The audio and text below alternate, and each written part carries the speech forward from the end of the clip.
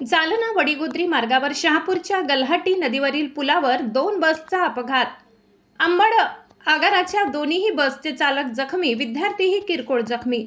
जालना वडीगोद्री मार्गावर शहापूर जवळ गल्हाटी नदीवरील पुलावर अंबड आगाराच्या दोन एसटी बसचा अत्यंत भीषण अपघात झाल्याची घटना आज सकाळी 9:15 सुमारास घडली।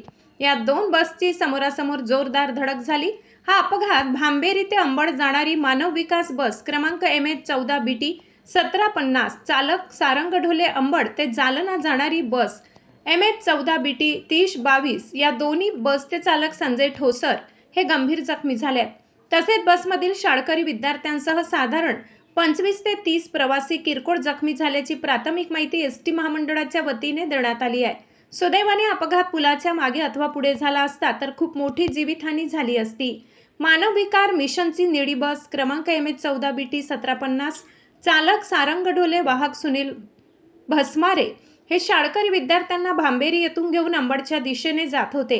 याच दरम्यान शहापूर परिसरासमोरून येणाऱ्या अंबड आगाराच्याच MH14BT 3022 या बसची जोरदार धडक झाली।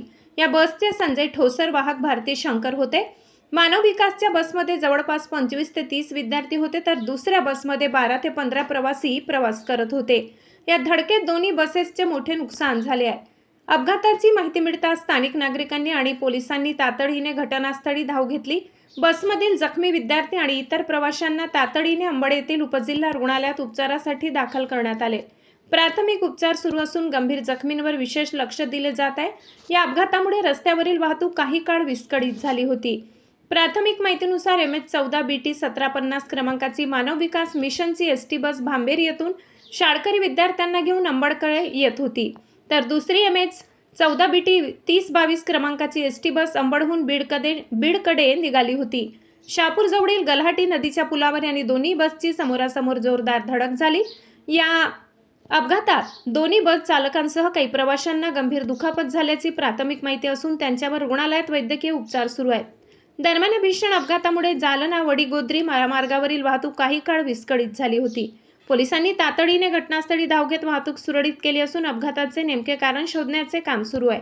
अंबड प्रतिनिधी रामदास पटेकर।